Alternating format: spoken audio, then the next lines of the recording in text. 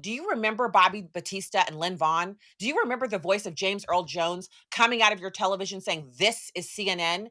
Do you remember the heritage of cable news network CNN?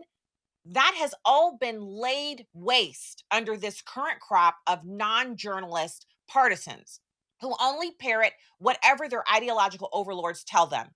They don't even pretend that they are the CNN of old. It's unfathomable that an organization with this size and reach would be debased to the level that it has been. And Jake Tapper is a part of that debasement. But don't take it from me, Megyn Kelly lighting into Jake Tapper.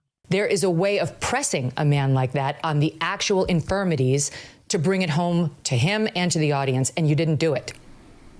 That's correct. I didn't. And like I said, I feel humility about my coverage. I mean, it's not like I was asking him his favorite movie or his favorite color. We were talking about Putin. We were talking about other issues of national importance.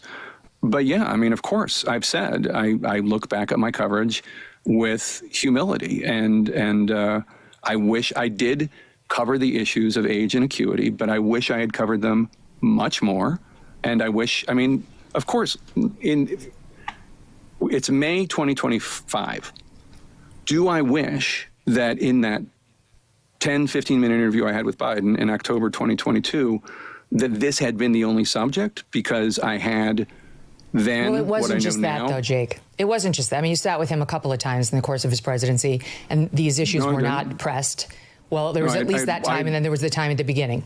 So that at this point, they devolve into a kind of a back and forth about whether or not there were one or two interviews with the president.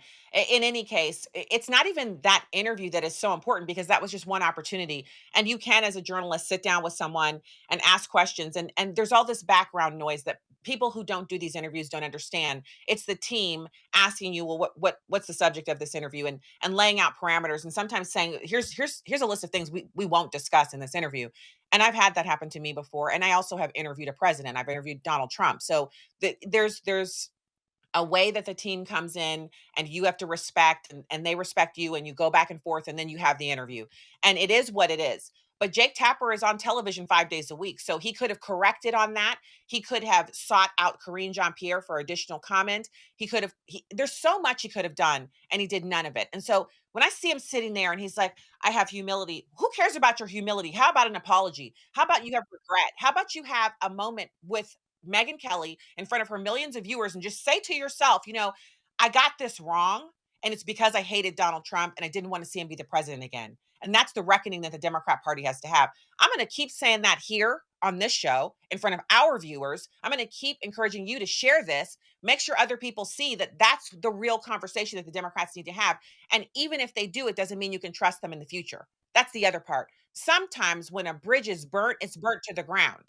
And I know everybody loves to say, "Oh, I'm your ride or die. We ride at dawn," and all that good stuff. That's all cool. But if you burn a bridge all the way to the ground, you have to rebuild that bridge from one side to the other. You can't just say, "Well, it's burnt to the ground and I'm sorry about it, but whatever." That won't work for the American people. And that's the point of him going out to whitewash it. And I won't let him. For full shows, live and on demand, it's Salem News Channel.